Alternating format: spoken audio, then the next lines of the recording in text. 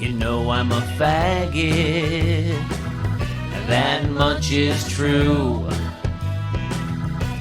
Well, I'm just a faggot, on my knees for you. Hi, everybody, and welcome to the Hierarchy Podcast. It's a production of the website fagsworshipalphas.com. I am Sam, the faggot, and it's Wednesday, actually turning into Thursday now, and I hope you're doing well. It's terrible with what's going on in the world, and everybody is hiding out in their homes and scared out of their minds, and they should be. Don't listen to the president or anybody in his administration because they are dead fucking wrong, okay? Dead wrong. They've been wrong the whole time, and they continue to be wrong. People are dying. Terrible, terrible stories coming out of the hospitals every day now. So it's real, and you must isolate yourself. That's it. This is not a joke. It's life and death. So choose life, okay? And disregard everything that Trump says. He's wrong, okay?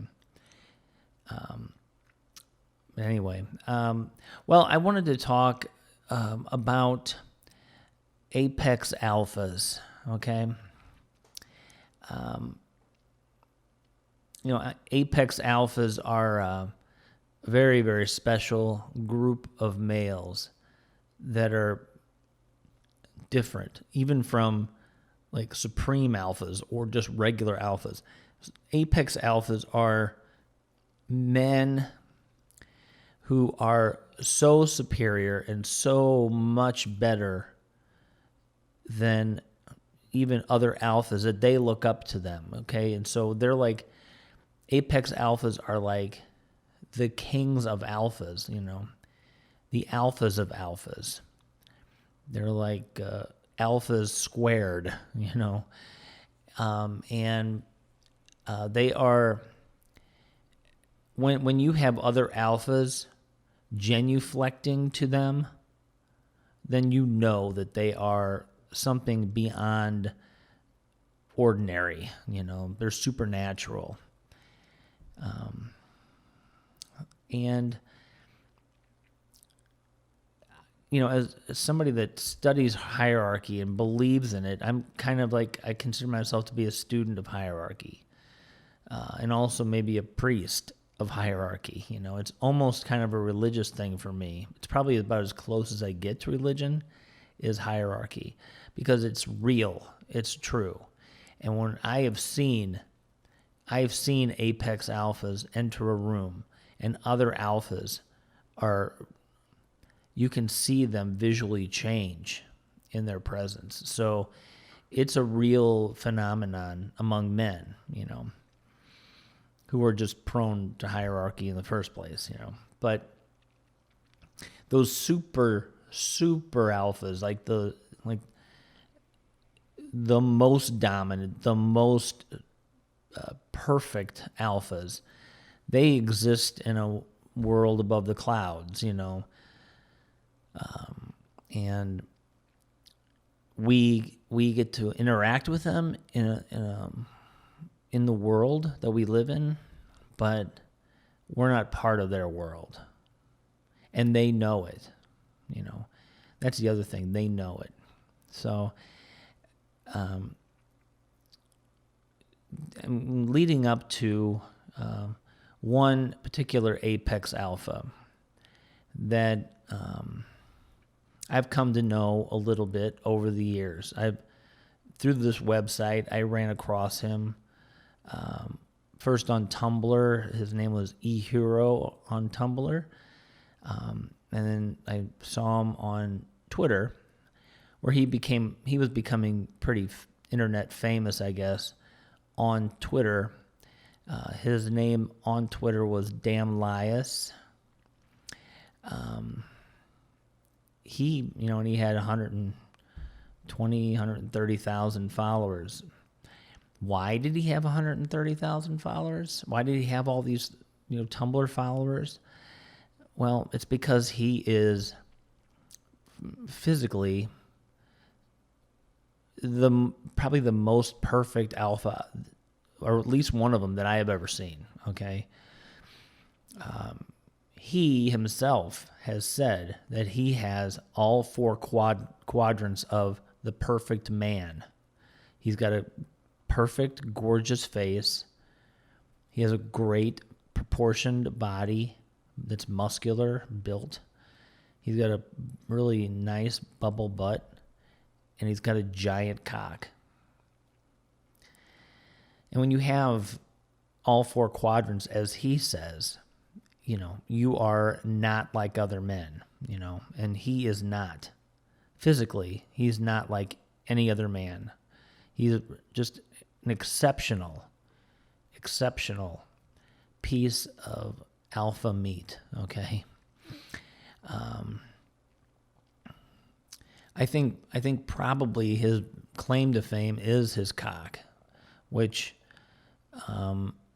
is, and I compared it to like a great marble obelisk, or like a great marble pillar in a Greek temple. It is giant. It is long and thick and heavy, and it was made to plunder pussy, pussy of anybody that he chooses, basically. It's made for domination, It's like a battering ram, like that battering ram in Lord of the Rings they had, that giant thing with the huge head on it that just crushed that door. That's his cock, okay? He's got a giant battering ram of a cock. And I told him one time that with his cock, he was born to lead and born to breed. And that is the truth. Nature gave him this enormous, massive piece of meat for the sole purpose of him being a king of kings, I mean, whereas a king might have a scepter that he would hold and, have that would designate him king, Lias's dick is his scepter. It's like his Excalibur, So he became famous basically for that. Now, of course, his Twitter was taken down by Twitter because Twitter sucks. Okay. Fuck you, Twitter. And so he has a new Twitter account called Lias is Back, and immediately he amassed 20,000 followers, like within days. Why? Again, because he is this apex alpha. And apex alphas only attract attention. They only attract attention because they are so perfect. Everybody comes to him, and they're trying to position themselves in his atmosphere. They want to, bow before him and offer him gifts, either of themselves or treasures or whatever. They want to do this. They're driven by hierarchical values that we're born with, Faggots see Lias and, they want to serve him, They can't help but want to serve him somehow. And his standards are so high that he just outright rejects even people you might think were pretty attractive. He is basically knows that he has the pick of the litter. He can pick anybody he wants and say, I want to fuck you right now. get on your knees or whatever. He knows that he has that ability to simply command people to do what he says because of the way he looks and his confidence, It's intoxicating, and people will do it, and he knows it. So, anyway, the reason why I'm kind of getting into this a little bit is because I had kind of a run-in with him, I guess we might say. I was browsing Instagram, and while I was watching the news, and he posted a picture in his story on Instagram. It's him looking at, taking a picture of himself in the mirror, which he does probably 50 times a day. And, he's looking hot. Okay. He's wearing a shirt, a tank top and shorts, and he looks incredible as always. And on the picture, he posted a little blurb. It says, "Do you ever look in the mirror and are like, holy fuck, I'm so gorgeous?" So, yeah. So I saw that and I laughed out loud, literally. And, my basic thought was, oh, there goes my master again, causing shit. And so I LOL'd the picture. Okay. And he immediately shot back, what do you mean by that? So my thing, I guess, looking at that picture from my perspective as a Midwestern American boy, who's also a faggot, obviously, but and I guess I just want to say, I understand that he has the right to feel that way about himself because the whole world is kneeling before him all the time, when you have that much adoration and worship, you are definitely justified in saying something like that. But my thing is, do you have to do it? Just because you can do something doesn't mean you should do something. That's kind of the Midwestern values that I have.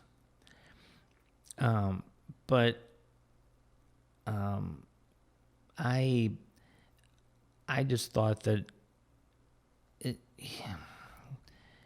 we all know that he's superior. Everybody knows it.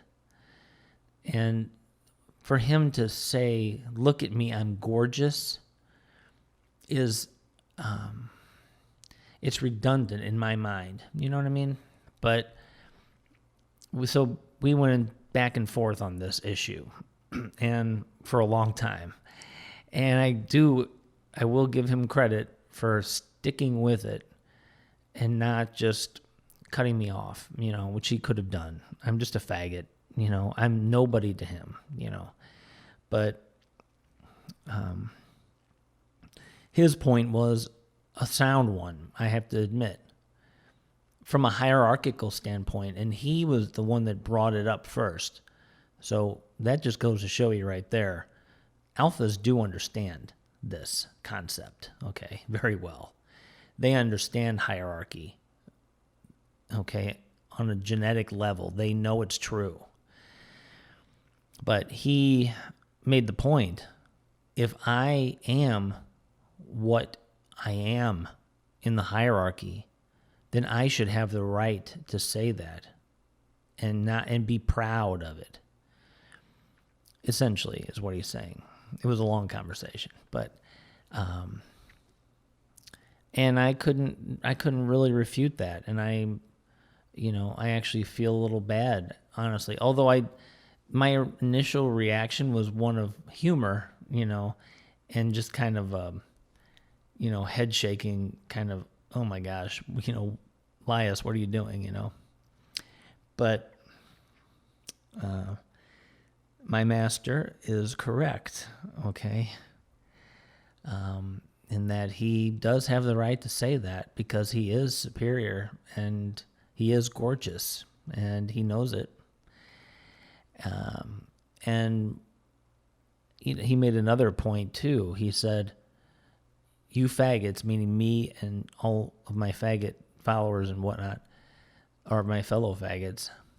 He says, "You faggots like when alphas like me say this about ourselves. It turns you on." He's absolutely right about that. Okay. There's nothing sexier than a man of that caliber bragging about his superiority over us. Because faggots live off of humiliation, for the most part. So he was completely right about that too.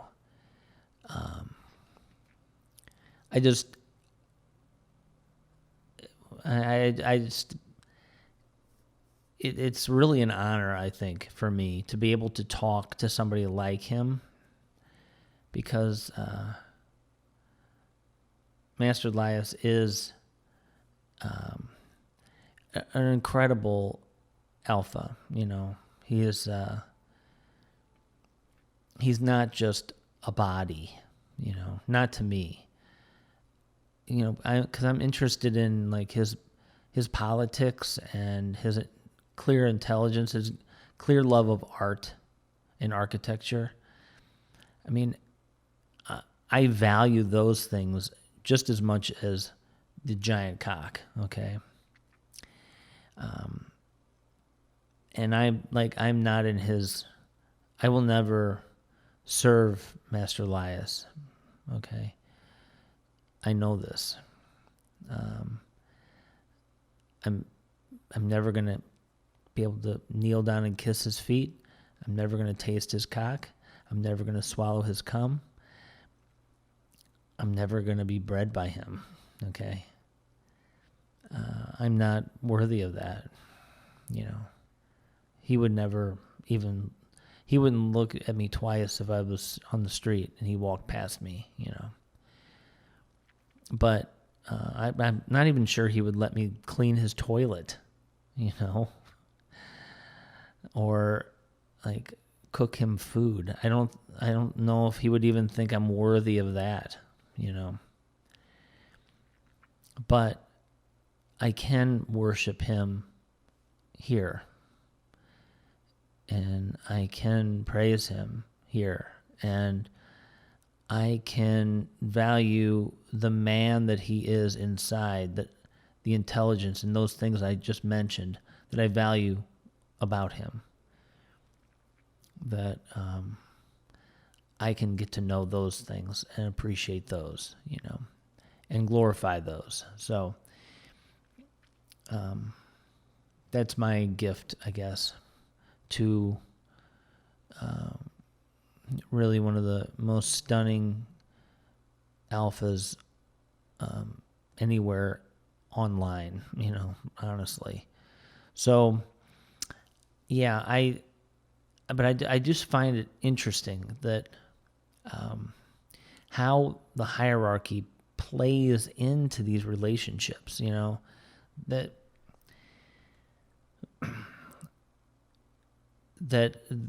this is a real concept, and that alphas know their place, and they should not be ashamed to express their pride or their appreciation